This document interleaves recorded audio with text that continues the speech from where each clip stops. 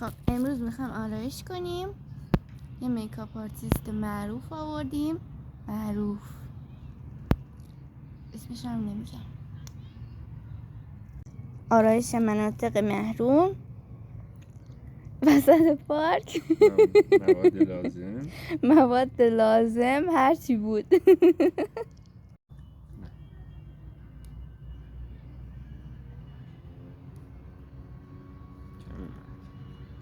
کم اومد. بلندش کنیم.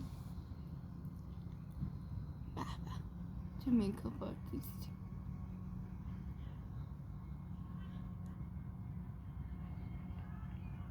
چقدر حرفه‌ایه. میکاپ آرتیستمون خشنه.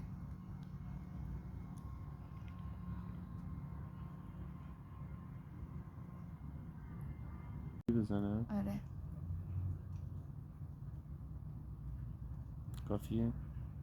هر چقدر میدونی بزن. هر چقدر به نظرت کافیه.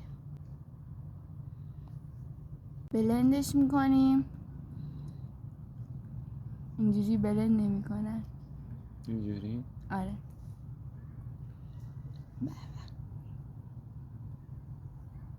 ماساژ پوسته. کانتور. یا ابوالفضل. نه. خب کافیه. ماجرا ایده رو کی داد؟ بلند میکنیم. خانم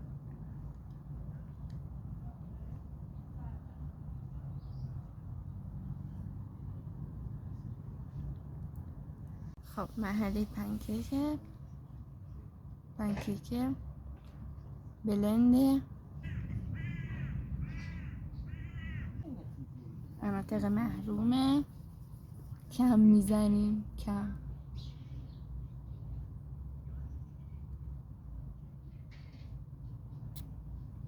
خب آبرومون رفت. میخوایم سایه بزنیم. خدا رحم کنه.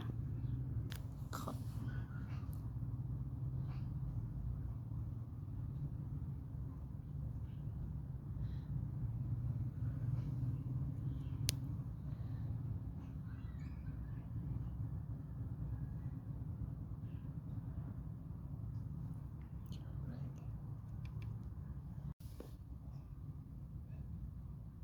نه گفتم تیره مال آخر چشم اینجا.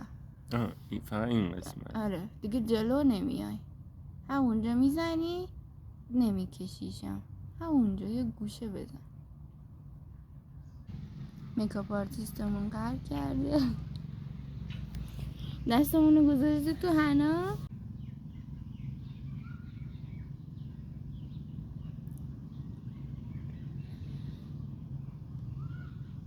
خط چشم شهلا.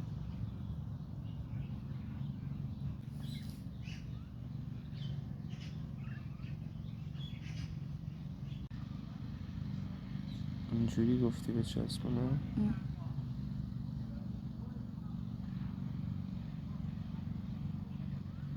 خب میخوایم ریمل بزنیم. یا خدا درزم. علی آروم علی آروم. بل کنی.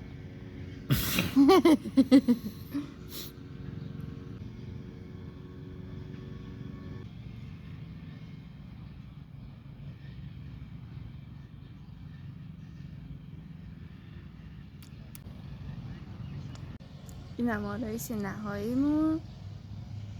خط چشم